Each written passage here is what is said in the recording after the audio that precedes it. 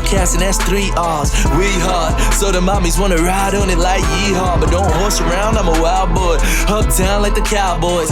Chop cheese off the loud boy. Got him saying turn it down, boy. I'm in NYC with Brian and Frizz. Eyes low but steady eyeing a bitch. But wait, more than that, I'm eyeing the chips. Cause 50 said them hoes come with this shit.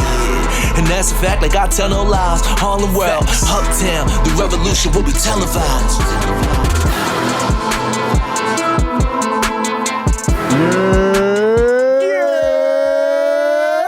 What's going on? We are back, episode 100, back in the studio.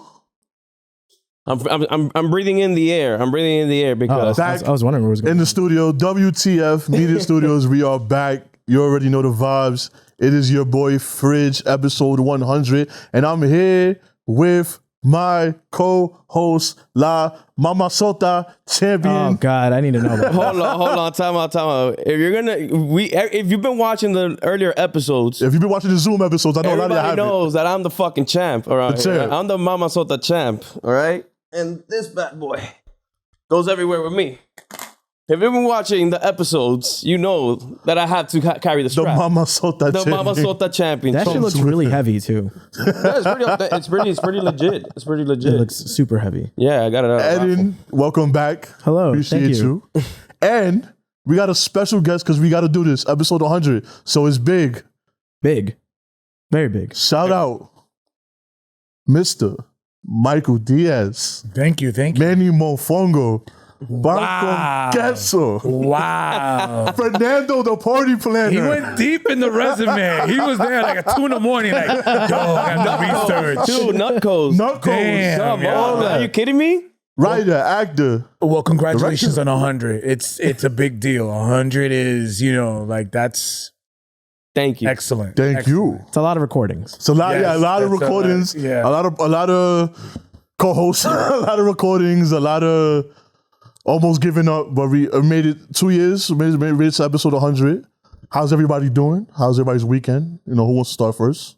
My weekend was peaceful this time around. Huh? My weekend was peaceful this time around. Oh yes. Yeah. My weekend was peaceful. Nah, Huh? yeah. Because every weekend he always has a story to tell, and then my birthday and shit was wild, and he's like, no, that's pretty peaceful. Nah. I was hanging out with my cousins and a couple friends.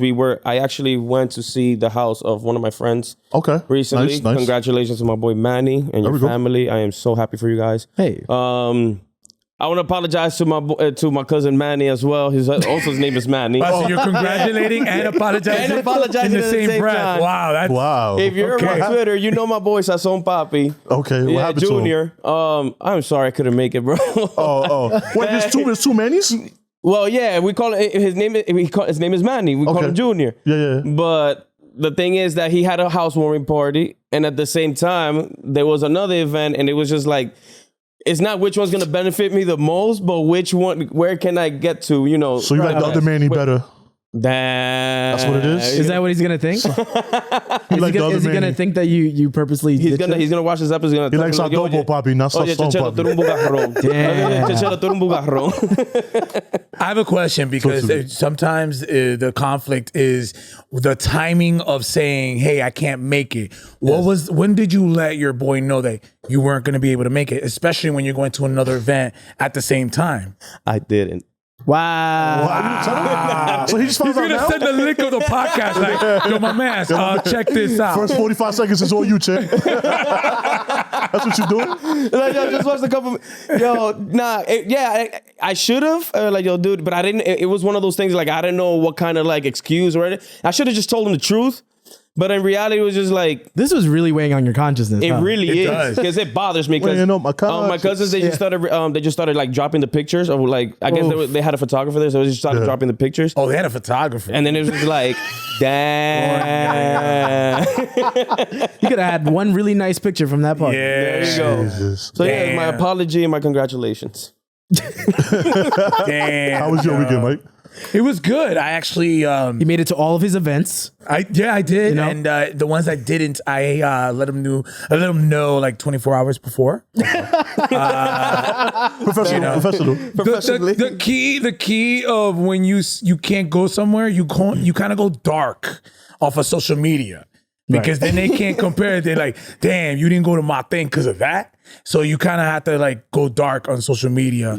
No, but the weekend was good. It was chillaxing. You know, I've been, you know, I went to Locksmith. My friend Gadiel from Pero Like, he came from LA, so we hung out, and then he actually ran into, like they say that like Locksmith is like Times Square for Dominicans, because you'll run into somebody, and he ran into an uncle of his he hadn't seen like in 10 years. Wow. Shout out to Locksmith. We should have something in the future with Locksmith. I don't, you know, in the future. Maybe. Let's see what happens. Potentially. Let's see what happens. Potentially. Yeah. That's Wait, you said that someone bumped into their Theo at Locksmith? Yeah. Like inside? I thought it was at the cigar shop that's down the block where everybody be smoking and shit. Maybe that's where Little Viejo could be. be chilling at too. Everybody But that whole block is just wild, man. It is. It's amazing. But so Yes. I want to. So I really want to ask you. Yeah, I'm bad at it, but I just really want to. Transitioning is a skill that takes a while to. It's like it's not, and still people that do over 100 episodes still it's an adjustment, because it's like you gotta have to think ahead to be like, oh, this is a good time to transition. But sometimes just saying, hey, let's just transition. It's like fucking. Let's let it flow. Let's let it Speaking flow. of Locksmith, Speaking of Locksmith, nah. Manny Mofongo. yes. I remember watching this a long time ago, Jesus, and wow, this it was fucking hilarious, bro. Like what you were influenced. Let's just call it what it is. You were very influential on people doing skits, and people wanting, especially Black and Latino people, wanting to become actors because you did it first. You did Manny Mofongo. You did a bunch of other things. We're gonna get into that. Yes. But you're the first person people see. Like that's amazing, but the Manny Mofongo character, like what was that about? Like it was just let me work you out. Like that's hilarious. because when I first moved to Washington Heights, it's around 2000 that I permanent, because I came to Washington Heights from Connecticut like 95, 96, and then I left. I went back to Connecticut. But when I went to Washington Heights in 2000, they had the ghetto gyms. They had the gyms that was the scam gyms, where it's like $99 for the year, but then 6 months in, they just chopped it up and then they left. And so people were like, ring a con, and then it's like, where do they go, right? So, but part of that world were these personal trainers that they didn't even have a license. It was un chamaquito. They were personal trainers. And I'll never forget there was this personal trainer who had like a fishnet shirt. So he had a see-through shirt and he's just no personal space at all. And I'm like, yo, and you know, again, this is 2000. This is way before like women would be like, yo, excuse me. Yo, it was just one of those type of things. I'm like, there's got to be a personal trainer that just is not, you know, not saying it's not all there, but it was one of those type of things that was not professional. And so that sort of the tight pants, the purple, What the dumbbell? The dumbbell? yeah. So it was bringing light to these personal trainers that weren't really personal trainers that thrived. They thrived. You know what I'm saying? So that's the inspiration that came in there, and even the way giving advice to the customers was just like, come on, you don't. Either way, I feel it. Yeah, I'd be crying. yeah. So it literally was me going to the gym and being like, wow. You guys do not have your ACE certificate. And that's what it is, ACE certificate? Yeah, it was called the ACE certificate. But yeah, that's environment. That's me watching and seeing how this world can be. Because one of the beautiful things about Washington Heights and Dominicans, they make their own rules. You know what I mean? Like again, you could be a personal trainer with no certificate. Go right ahead. Was it the big gym in 181st before it went to shit? Yes, it was. My fucking mom went to that gym. Oh, okay. My mom, like gym head, and that gym is synonymous for like shit like that. And then motherfuckers poking themselves in the second floor. That's what I was hearing. It was just like it was that. Yeah, dude, I got my first tattoo there, bro. Dude, I remember. What kind of fucking gym combo was that? Dude, I remember one time somebody came to work out and they were like, yo, hold on. You got the smoothie bar, tattoo. Like there was 4 different things in one. Exactly. I guess to pay the rent. But I was just like, what do you do? Like, oh, you know what? I had a great workout. You know what I'm in the mood in? to get a tattoo. I'm like, wait, what? Let's do it. Yo, now that I got the chest pump, I really want that owl piece. Yo, but not to get too dark, but there was a period in time because when I went to the big gym, Yes. where because they had the competition, they had to work, they had like the competition. Fucking Larry Wheels used to go to that gym, and he's a strong. He's like a power lifter now. Like, But dude, huge. That there was like 2 to 3 years that steroids was heavy. I could imagine. 'Cause they wanted to win this little trophy, but I'm like, yo, they were like, and they were literally, they were not shy about it. It was just like, that was the whole thing. But I'm like, that if someone did a documentary about the big gym, it would be, Oh my god, it'd be crazy. it'd be like Action Park. It was the Action Park of gym. Class action part. Yeah, action, it'd be yeah. like big problem. Hey, gym. y'all giving the ideas away. Y'all giving the ideas away. Yo, we're bleep that out right now. Like, what if Manny Mofongo want to do a part 2? You know, like Fact. You never know. I could be Big Goon number 1. You know what I'm saying, or some shit like that. You know, Facts. Wheels of shape. Facts. But you see, Manny Mofongo, you can't write a sketch like that now in 2021. Like 2000 back then, you could now it's like, you gotta Was be that your careful. first skit? Or was it the Juan Bago? Well, no, the Juan Bago was the film Okay. that I did, but Manny Mofongo was the first sketch that was shared, and it was a character that people were like, yo, because we did like a lot of situational sketches. Okay. But Manny Mofongo was a character one that people were like resonated, and it was because back then it was like YouTube just came out, and Yeah, I people were remember. sharing it. Yeah. But yeah, Manny Mofongo was that one character that people resonated, and they were like, yo, that's a What solid made you sketch. want to act? Like, what gave you like the inspiration? You're like, you know what? I want to do this. You know what I'm saying? I say it all the time. Like I was always the class clown or the office clown. What school? What school you went to? Oh no! to that. If I tell you the school, people are gonna be like, "Wait, what?" I went to school in Connecticut. My dad. Well, my dad was in construction in the 80s. The whole, the 80s hard worker. of the 80s of like Wall Street and Reagan and all that. So my dad became an independent contractor, Dominican. Like literally, he worked from a kitchen to like learn drywall, had his own business, and then he wanted to go and emulate DR. He wanted to go to the campo, so he went to straight up. We always joked my dad didn't want the in-laws to come visit. Yeah. So he literally drove like an hour and 40 minutes up to Connecticut. Wow. So that my grandma would be like, mira, voy para allá en 2 semanas. All right, cool. Cool. We got time to prepare. We got time. Because before, when we lived close to New York, my grandma was just like, bing, boom, hey, hola. But that'd be like, that great. out of nowhere. Yeah. So my dad was like, yo, F that. I'm going to move way up to Connecticut. So I went to Joe Barlow High. Shout outs to the Falcons. Falcons. What's up? That was purposely there. I was the only Dominican in that school. Oh wow. Oh shit. So, or Latino. Or so Latino. Oh, so you were exotic. I was very exotic. They thought I was mulatto. They thought I was half black. I'm like, my last name is Diaz. And you're like, are you? They didn't even know what Dominican was. Again, because that was before Sammy Sosa. Yes. Black Sammy Sosa. Black. Black Sammy Sosa. Before Black Not Sammy bleached Sosa. Sammy Sosa. You know, Not bleached. 98. Before that, there was no mainstream famous Dominican. Yeah. None. You're right.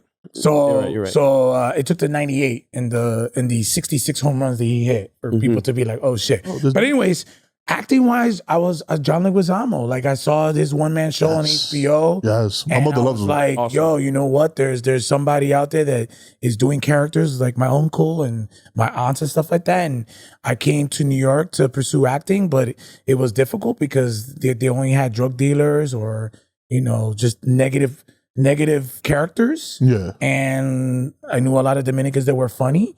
So that's sort of what dived me into doing Juan Bago was there was just, because the other thing too is like at that time, Dominican comedy was straight from DR. So DR. that, different. Like being Americanized Dominican in that comedy, there wasn't any. It was just literally all the only movies. Nueva York was filmed in Washington Heights, but it was, It was very that's the only Dominican. thing we knew. Yeah, that was it. So there wasn't any middle ground.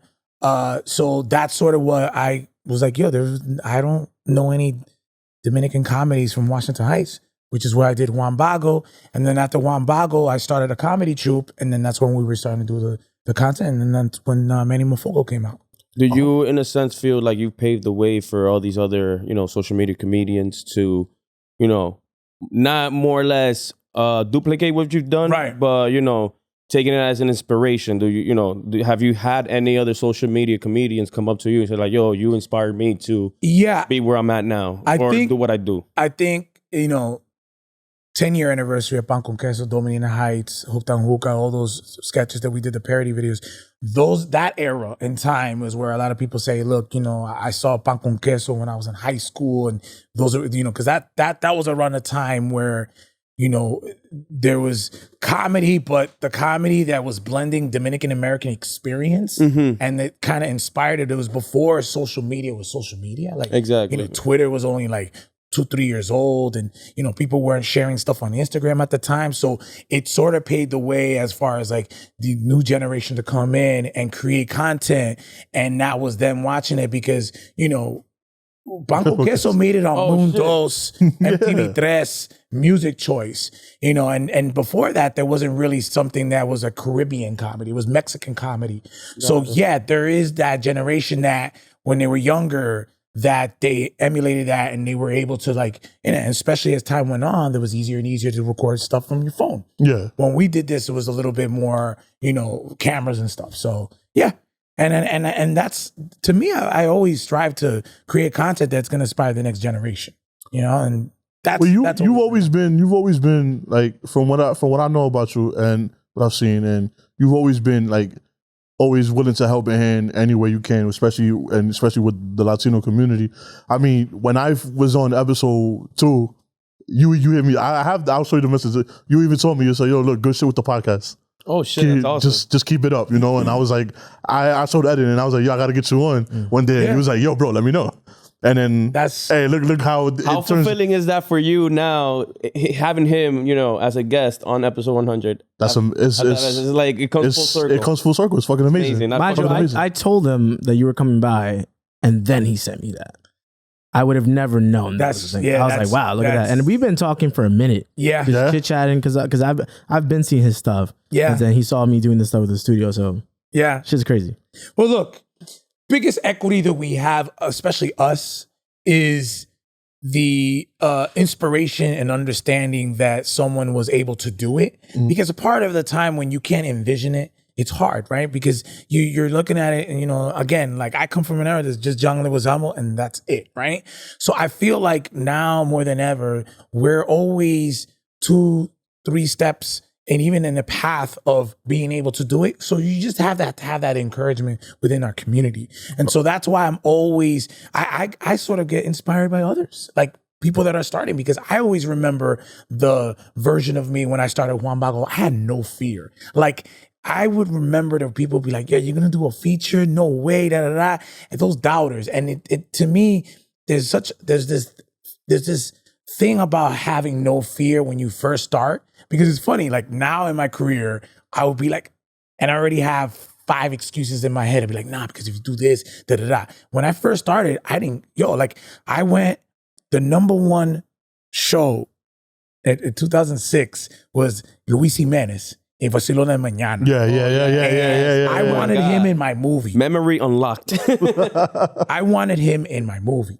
And I just did not give a fuck. I just went, and my drive was like, look, I don't need you visually. I just want to get an audio bit. I want the character to wake up and to do the whole thing and one of my characters. And that drive kind of got him like, yeah, of course. Let's do it. So for me, in the pool that we're in, we're all in that same grind. People are listening to you guys. There's somebody right now that wants to start a podcast or listening to you. So that equity of inspiring and giving that push is the most important thing. And so for me, no matter what, I'm always going to help and push, because there were people that did the same thing for me. So I feel like it's a never-ending cycle of inspiration and push. I fuck with that. I appreciate that. That's some real shit. Juan Bago, the story of Juan Bago. It's the story. Oh, that's the Yerrr's PR. Yes, I remember that. I remember this video. It was literally the first video I ever saw you in. Yeah. Oh, that was the first video? That was the first video. Yeah. That was 2015. But Gabriel. Yeah. I don't know if you guys ever noticed, that guy, Iggy, he is in real life half Puerto Rican, half Dominican. So I put him on both sides. So every time we recorded me, he was with the Dominicans. And then look, and the joke was I never noticed that. Oh, wow. So that was the joke. I was like, yo, you know what? You're half Puerto Rican, half Dominican. You're going to be on both sides. I did not Let's know see that. how many people will catch that. I like doing that. Fucking genius. I like doing that. I like throwing little Easter eggs. Yes, I'm a huge fan of that. And I did that. And people were like, wait a minute. And I would love to read the comments like, but yo, hold on 1 second. That dude's on both sides. Because in real life, he's half Dominican, half Puerto Rican. I'm about to read the comments now. I'm about to read the comments later. Like, I got to see this shit. That's awesome. If you ever were to bring back Juan Bago, or ever do like a skit with Juan Bago, is there anybody now that you would love to do a skit with? Whether it be that's a great question. Ravel Ortiz, or for example, who for Kenny from the Bronx? Oh, Ken Stars? Ken Stars. Yeah. Ken Stars. I love Ken Stars. I'm a huge fan of Ken Stars. Is there anybody in particular now that you would do a certain skit? Yeah. Well, I'm a big fan right now. JD Conflo. I don't know if you heard of JD Conflo. He's based in Miami.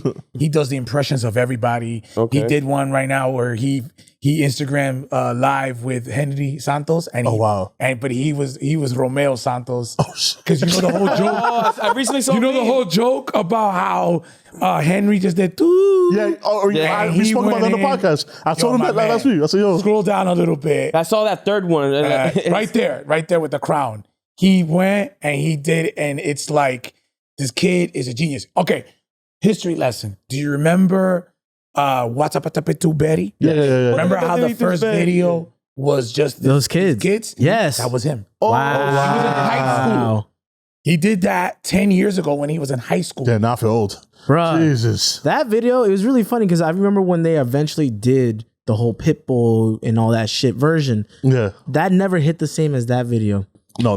Kid right there. Yeah, because that there was that era of YouTube where it was like very home video-esque. People were raw. They would grab whatever camera was available to them and they get that shit ready. And dubbing things was a huge deal.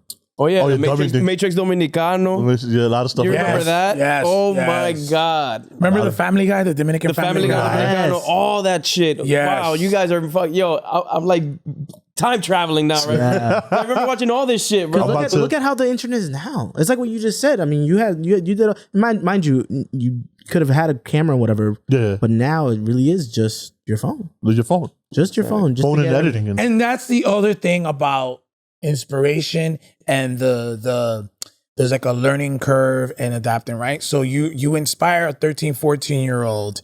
They got the technology. It's like these kids now are editing at 8, 9, 10, 11, 12. Yeah. Like I have a friend of mine who is a filmmaker, photographer, and his 2 kids, he taught them from very young, Final Cut, all of that. By the time they're 15, they're nasty. By the time they're 25, it's like that whole reps. It's all about reps. Yep. And so if you're inspiring someone who's a teenager, by the time they're in their 20s, they're nasty. One, because the way technology is, you can edit from your phone. Yeah. So TikTok craze. But he's great. Jay Ramirez is great. Ortiz is great. And I definitely, my goal is to eventually have something that I can work with them because they're so good. And like, especially him, that he if you see the Daddy Yankee one. Yeah, saca punta. Yeah, like, it's like I feel that he has that sacapunta. Yeah. Daddy Yankee in school. It's funny. So in saying that, I think right now, the world deserves to have some of these talents to be seen, because just because they're Dominican, just because they are just on Instagram does not mean that they don't deserve to have a bigger platform.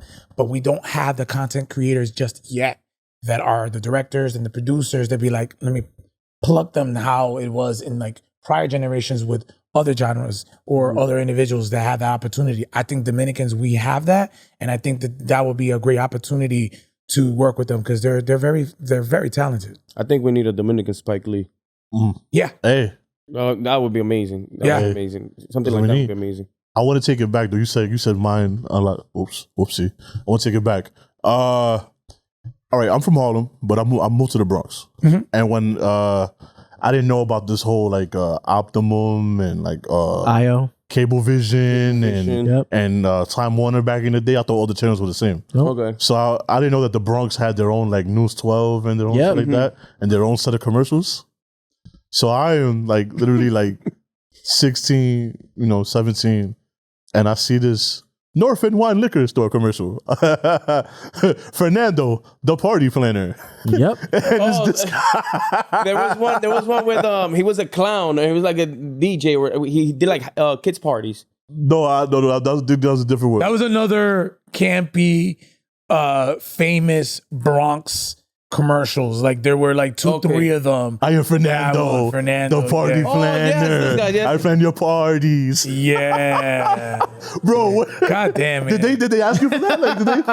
First of all, is that bad or like? I loved it. It was amazing. No. So I talked to people about that because when my friend was gonna get hired for that, right? Okay. Back in the day, it was a production company. They had I'm gonna go in a little deep dive about this guy. All right, that's amazing. Let's hear it. Let's hear it. So a production company was working with the liquor store, and they were gonna get my friend, but my friend already became SAG, so he was union, and this was like non-union, and they spoke to me, and they were interviewing me. He's like, you think you're funny enough to do something like that? I was like, watch. Like it. They put this here, they do that, and dude, it became a beast in the Bronx. Like that's how Kid Mero discovered. Like anybody that's in the Bronx, it's entertainment, they knew about this character because they played it so much, and it got so big that they had to expand. They had to do Fernando the Party Planner's cousin. They wanted to do a family. Yeah, there's a whole story behind it. The sister, the cousin. The owners were getting so afraid. And then Banco Queso came out. They were so afraid that people would call pranking the liquor store. People wanted. I was one of them. I said, "Where's Fernando?" The owners were so afraid because it became a big persona. Yeah, that literally they were like, "Yo, we have to go and veer to another direction because this is becoming too too big to handle." Too big. I would mark it. And I was like, oh shit. And they had me one day record a video just for online. And I had to record it in front of this liquor store. I shit you not. Honking horn the whole time. The whole fucking time. Everybody driving by. Fernando. For 15, 20 minutes. I was like, what the? It was just crazy. Like if I walked with the wig and I went, it was just bananas. I would have made the mascot. I would have made you mascot. It was definitely something that I really didn't. I always have a story. I went to a birthday party. Yeah. I went to a birthday party of a friend of mine, and it was like a rooftop, and there's all these dudes. And these dudes were giving me looks. Yeah. They were like this the whole time. And I'm like, yo, did I look at some girl's butt? And it's like their cousin or something? Because why are they giving me we're gonna beat this man up right now. Yeah. All of them like grilling me the whole time. So the party's over. We're on the street level. And then one of my friends was like, oh, this is my friend Mike. You may know Fernando Party Planner. All the dudes are like, I knew it, yo. I was grilling you the whole night. I'm like, where I seen this dude? Can I get an autograph? I was just like, okay, cool. Because I thought I was going to get jumped or beat up. Shit. And it was just like, and that was one of the times I was like, yo, if a thug's looking at you, you don't know they got beef or they just recognize you. But that was my situation. The whole night, I was like, fuck, what did I fucking do? What did I do? This guy is I was looking for a photo. I was looking for my fucking That's Facebook. the liquor store right there? Yeah. Yeah, that's fucking. I was looking for a photo. I had a photo of a fro, and I was like, "Yo, I'm Fernando, the party planner," but I can't find it on my Facebook. And it's funny. I was gonna send it to you to put up, but I can't find it. 2-3 years ago, Drake did that Migos video. Just like that. And that shit went viral. People were like, "Yo," even Meryl was like, "Yo, why you biting off of Fernando?" It literally was Fernando. And I'm like, whatever. Speaking of Meryl and all that, right? Like I've never met him, but I've heard stories, and obviously shout out to him, and he's a complete success. But I know it's crazy. I saw the movie Vampires vs. the Bronx. Yes, in the Bronx, yeah. Mm-hmm. And it's crazy. I'm literally watching it in my house, and I'm like, yo, you know what would be crazy? If Juan Bago was in this movie. 7 minutes later, you're in the fucking movie. I'm like, yo, let's fucking go. Like, because you can't do a Bronx, you can't do a Bronx movie or a movie that's about the culture without you. Yeah, I think I am in the trailer. I play a vampire. Well, no, I play a thug. Here's the thing: that thug had layers, backstory, and then I actually become a vampire.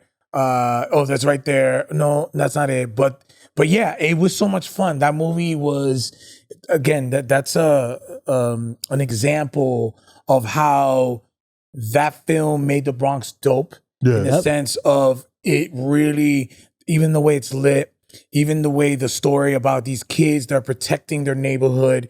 And so I'm hoping we get more and more projects that is like this, because this is something, a lot of times when you hear Bronx, it's negative. And this movie really was an example of pushing the peeps forward and really putting a good light on the Bronx and Dominicans and just the way the casting is. Especially the younger, the casting was great, especially with the younger generation. Yeah, and this kid's playing Kaepernick in the Netflix series. The other dude was, all these kids are blowing up. This guy, is the same kid who was also in The Heights. Am I bugging? One of the kids was in The Heights, and the other kid was in the Concrete Cowboys with Issa, what's his name? The guy from, forgot his name, but all three of these kids are blowing up, and it was because they were leads in this movie. And like I said, it was a great flick. It's like, again, the director's a big horror thriller fan. And what a time to come out to during the quarantine and all that. What a time to come out during the quarantine. Oh yeah, when people all home and you see that. Everybody's It was during like I got Halloween really excited month. when I saw this. Yeah. So it's got a lot of heart, and yeah, like I played that small role, and it was fun. And that scene that I was in, it was like at 4 a.m. And luckily all the ACs were on that you couldn't hear the gunshots, because I was like, yo, it was like a real gun. Like it was like it felt heavy with the blank. But I was like, oh shit. Bum, bum. I was like, whoa, shit. Yeah. Also, you played I didn't realize it, but then I ended up seeing it. I was like, oh yeah, that's him. I seen you played a cameo in the Dave Chappelle Walking Dead. Yeah. Get out of here. Yeah. He's there, bro. Was nice. Wait, he was dressed as Negan with the bat and shit. Well, he was yeah. Dave Chappelle was dressed as Negan, right? Yeah, there you go. Yeah, dude. Let me tell you something. I, again, real humbled. I've been in some background stuff and SNL because the director is Dominican, and Oz Rodriguez, the same director of Vampires vs. the Bronx. Okay. But nothing will ever match David Chappelle's day, because it was 2 days. Because there was so much. Usually these sketches that they do is one day, on Friday. Yeah. Mm-hmm. But because it was so heavy that he played every single character, they had to do a 1.5-day shoot. So it was 2 days seeing David Chappelle play these characters for the first time in 10 years. And you want to know what's crazy? That same studio that they shot the sketch was where Chappelle used to shoot his show back in the day.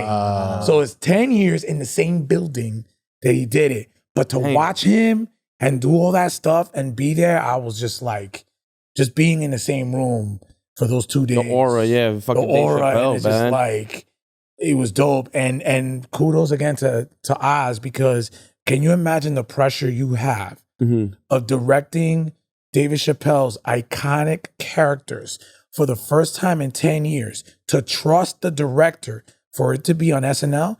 If he fucks it up, that's like, yo, he's trusting these characters in there, and the way he's cool as a cucumber and has such a cool presence, but yet even during the pressure of having it. So it was just a great experience. And the bonus that was, I was on the camera for a little bit, but just to be in the sketch world on that, working was with just lovely. Like I took that sponge, like a sponge, and I took all that experience in.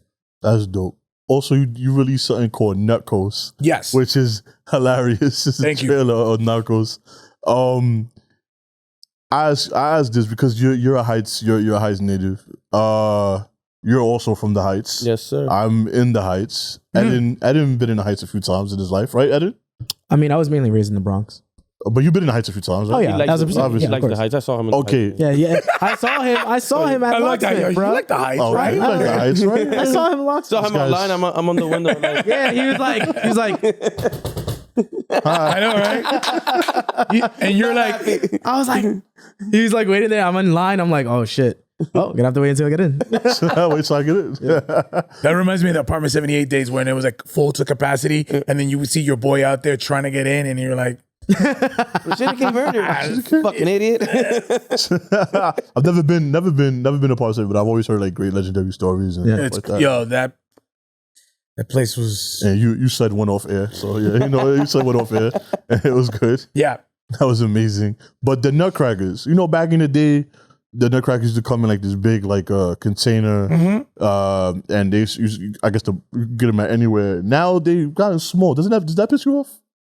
Well, everything is like that, right? Like everything, like Tres Golpes is the same thing, right? I used to remember. Yo, one wheel of fucking the salami, one egg, and one fucking cheese. Wow. And un tro like, come on, I remember bro. back in the day. Yeah. Back in my clubbing days, right? I'm like the OG there. Like, yo, I remember when I go clubbing, and it's like 4 a.m, and you would go to like Florerita, and you would have the Tres Golpes, and that would suck up all the alcohol, and you're good. You gotta get the Tres Golpes. Like I remember, like, and I'm my bad because I went to Malecón. I remember, it was like a couple years ago, and I ordered a Tres Golpes, and I had to talk to the waitress like, "Venga acá, okay?" And she knows what I'm talking about because if you've been in the game long enough, you know the sizes are getting smaller, and they the have the prices are audacity going too to up. charge you for more. It's just like I'm like, yo, same thing with the mofongo. The mofongos used to be Small like, as bang. yeah. Now they're like this little thing. Like a thimble. It's like a thimble. It's like a little mangucito ahí. I'm like, whatever. Yes, it does. But it's so funny because the first time I ever had a nutcracker in Washington Heights was when I finished filming Juan Bago back in 05. Wow. And we ordered one from a barbershop in the back. At 186? Get it? Yep. What's the name of the one? Are y'all from the same The Dominican USA guy? Damn. What are you- Freddie Imperial. Dominican USA. Yo, dude, I had half. I wonder if they're still around. I had a half and I was done. Those are no joke. It was a half of the nutcracker, that size that you're talking about. Yeah. I was done, bro. Those are no joke. Nah, 186 is infamous for the Nutcracker. I saw a tweet like, "Oh, motherfuckers won't get vaccinated, but they had Nutcrackers from 186." You want to because it's specific. I think it's a salon. I don't think it's a barbershop salon, right? Yeah. Like, come on, you're going to a fucking salon to get. Yeah, I mean, the Nutcracker. legend is that like basketball players and people from all boroughs would go Everybody to would. Washington Heights and get it in there, and it's crazy. Dope. Yeah, I was sad because I remember then I see the little baby thing, and I'm like, all right, they're both $10. I drink a lot, so Yeah, this is I know, dude. And then be mad frozen and shit. The problem is that everybody want to be the plug, man. Knuckles, man, Knuckles, bro, Knuckles. Yes. We need that to come back. Are you working on anything right now that you could share, or I don't know? Well, I had a lot. I know of you're always fun. busy. I had a lot of fun, but I had to get a jet and I had to get a boat. Because it's been a minute since I did my last sketch, so I literally had to outdo myself. I am working on another sketch. And there's Ariel again. So the Fucking not, the video. Him. I gotta meme that. The video always has to. It always will be successful as long as he does his little cameo in there. No, I am working on that, but I've been really focusing in the last 3 years. We talk about we need a Dominican Spike Lee. I've been really focusing more now, writing wise, comedy pilots that can focus on Dominican families or Dominican narratives that we can make it mainstream. Because again, as Dominicans, our narrative is negative on a whole. So we definitely need to be able to have people from behind the scenes that can give us different type of characters. That's what, like, when people ask you, like, "Oh, what is it like to be Dominican?" It's like, yo, you really have to know, like, you really have to be born into it, because I think the culture, it's way different. Everybody has their cultures, But I think, like, with us, it's just like when people see it, it's just like, wow, what it really is it like to be Dominican? Yeah, so it's pretty cool that you're attacking it, from that perspective. Within the household, people who have, and we probably have mutual stories, and we were like, yo, remember when your mom used to do this and that, and they'd be like, yeah. So it's like we all live more or less the same life. Yeah. Yeah. In a sense. Yeah. You know, in the Dominican high school. And the other thing too is like when you talk about mid-America and when you talk about like sometimes the perceptions of different nationalities, it really is television or film. And so if you have the opportunity where you're able to have a show that everyone will watch, for us it's like, yeah, but for mid-America, the perception starts to change when they see that we're humans like everybody else, and it's not based in there. Like for, you know, baseball has been our main thing, but even that, I don't know if you guys remember, like when it was the World Championship 4 or 5 years ago, all the white baseball players were complaining about how we're over the top. Yeah. And that we were celebrating and it's just a home run and we're going crazy. Like we're breaking the unwritten rules. Yeah. Fernando And Tatis so- Jr. There we go. Outside of the Red Sox, I think he's like, I really like him. He's a good player. He's one of my favorite players outside of the Boston Red Sox. It's amazing what he's doing. And the fact that he's Dominican puts us on a fucking stage like beyond. Yeah. So baseball and, you know, basketball is slowly getting there. But as a country as a whole, it's like you only know that and they don't know the everyday Dominicans and our stories. And I think that we're at a point now that we deserve to have that opportunity to you know, make people laugh, but at the same time know what we are as Dominican, because, you know, we have a lot to offer. We have a lot of, come on. I mean, how many uncles do we have when we go to the baby showers or just, you know, these places? It's like our family members are natural characters. Absolutely. They're baked in. There's just... My uncle, when I was growing up, my uncle was el bailarín, que él siempre bailaba. I say that he was the only one dancing. He would start up the dancing, and he would end up at the end of the night with a sweaty ass shirt. So that sounds like my boy Hector. Me growing up, seeing that, like those were the years in where the party's like 2 in the morning, and you're knocked out on the couch and shit. But when you take a glimpse at Theo Willie, and it's like, this nigga's mad sweaty, and to this day he's still that character. Like it has never left him. Yeah. So, and then my cousin now, he's a little bit younger than me. I think he's like 2 years. He's gonna turn 28, 29. He lives that same character now because we don't see much of him because uno se está poniendo viejo. Yeah, of course. We're growing up, and us, like lo primo y la vaina, like we gotta continue the family tree. And I felt like my mom, for example, we call him William Jr. because we see a lot of Theo Willie in him. Yes. So it's pretty awesome that you mentioned that. Like, yes, we have, you know, more or less characters within our family. Yeah, because, you know, that's the thing about us Dominicans is like, and that's why, like, when I mentioned in the beginning when we were talking about Juan Bago and doing the movie, is like Dominican comedy is storytelling. And like, I remember I went to United Palace. This is where I felt the disconnect. I'm like, I went to the United Palace. And it was the classic. They brought these 4 Dominican legend comedians, and they were there, and then they would do it, and I like felt lost because of the style. I'm like, wait, because the way they the Dominicans are storytellers, and so like we naturally have been raised with having that uncle or aunt or grandmother. My grandma just does amazing stories. Yes. So we've been baked in to like understand that, and I think we need to share that. To that, because so we've already been naturally entertainers in that aspect of it. Yeah. So I think it's just time now to get out there. Awesome. Okay, that's good. I got one question for you. Oh yeah, and this is a question that we ask everyone or whoever comes on the podcast. First of all, thank you for coming. I really do absolutely. It's an honor. Thank you. 100 is thanks. I appreciate you. Thank you so much. Honored. Have you ever had a chopped cheese before? And if so, where's the best place you got it from and what'd you get on it? Okay. So, taking it back, I was a huge Cuban sandwich. Okay? So that was my thing. I'm not there yet. I mean, I like it, but I'm not there. Yeah. I get it. I don't like it's the pickles for me. I don't know. That was a bit thick. Yeah. I was late in the game, bro. I was late with the chopped cheese. Okay.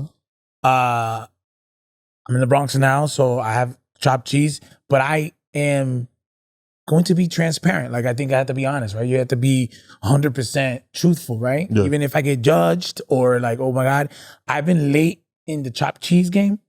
I've recently been having it, so I'm not an expert to say, yo, go check it out. Apparently, my cousin told me there's some spots in Spanish Harlem that have great chopped cheeses. Yes. I haven't gone there yet, but I've gone local in the Bronx.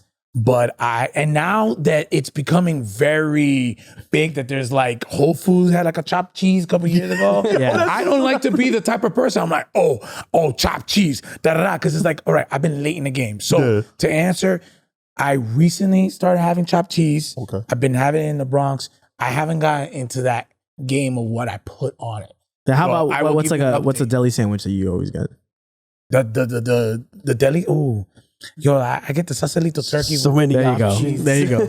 You know what I mean? But I do want to get into the chopped organically, not on some like, because that's the sandwich. Yeah. It is. But I'm not gonna say because I could have easily been like, yo, I got the chopped cheese on 116th and 3rd Avenue in that deli. You know that deli. Yeah. I wanted to be real. So anybody out there that can relate that I'm a late bloomer. So when you do go to a deli, you want Mexico or Ak making your sandwich?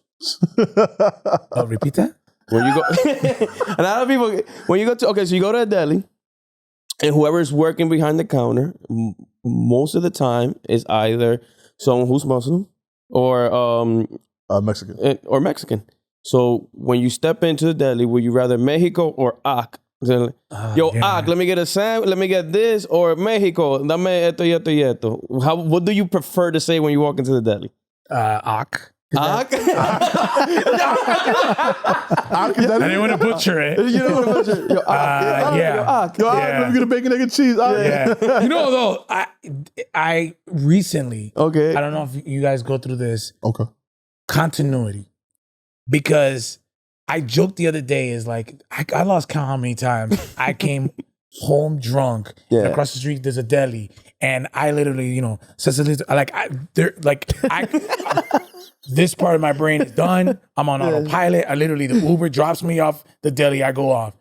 I can't tell you how upset I get if it's a new guy behind the counter that doesn't know my sandwich. There you go. Because if I'm drunk, it's going to get messed up. There's always been a time I'm like, that they know. Yeah. And I feel like sometimes I get frustrated because if I go and behind the counner is a new person, I'm like, fuck, this is not going to know. You got to be on his ass. You got to be on his ass. Yeah, especially when you're tipsy and you need to get the sandwich perfect to hit that spot. But it's so underrated when you don't have that continuity of the same person doing that sandwich. What about Cuban sandwiches? What's the best spot you'd like to get your Cuban? So since you like, that's your thing. In Mambi on 170, because they're owned by Cubans. Yeah, there was a stretch where like I wanted to do a show about just all the spots to make Cuban sandwiches and just record it and go eat Cuban sandwiches. It is not too late. Not too late, bro. Because some places, like some places make it really good, but a couple of the Cuban spots in Washington Heights make it really good. So okay, I appreciate you, brother. I thank you for coming. I really do appreciate you. This has been a blessing. Thank you. It's been a long time coming. I'm you don't know how happy and hype I am to have you on this. Hey. Literally. Had a good time, guys. You guys did research because, you guys, Fernando and Manny Mofongo and all that. I'm like, wow. I'll tell you, I'm really excited because I'm really excited. I really did watch. I was at work and he FaceTimed me like, yo, it's gonna be a boost. No, because the thing about it, sometimes I'll be on a show and they don't do research and they're like, all right, so just but you don't tell me about yourself. Like, tell me what was your inspiration for Manny Mofongo? I'm like, wow, bro, I really did watch that, and I really did watch Fernando the Party Planner, and I'm gonna find this photo I can show you before you leave. I'm gonna find this photo. I'm gonna look for it on my Facebook. I'm gonna do it. But guys, thank y'all for coming out. Thank you for listening. Follow us. iTunes. What's your Instagram, by the way? Juan Bago. Juan Bago. Follow me, Juan Bago. Anything you want to promote? Anything you want to... Go check out Knuckles. Okay, check out Knuckles. And Manny Mofongo. And Manny Mofongo at Juan Bago. Follow me on Instagram, Dafridge71. Follow him at... Human Never 35. And make sure you follow Eden at... Oh, thank you, Eden. Yes. Appreciate you. Are you thinking yourself or it's more like I like to say thank you to a lot more things than people usually think it's that though. They think it's like I want to be thanked. Make an alter ego Instagram like welcome at it. Welcome at it. I know, right? Appreciate you guys. Thank you guys for the one time. Can I get a Yerrr real quick? Yerrr. I had to switch it up. Yes.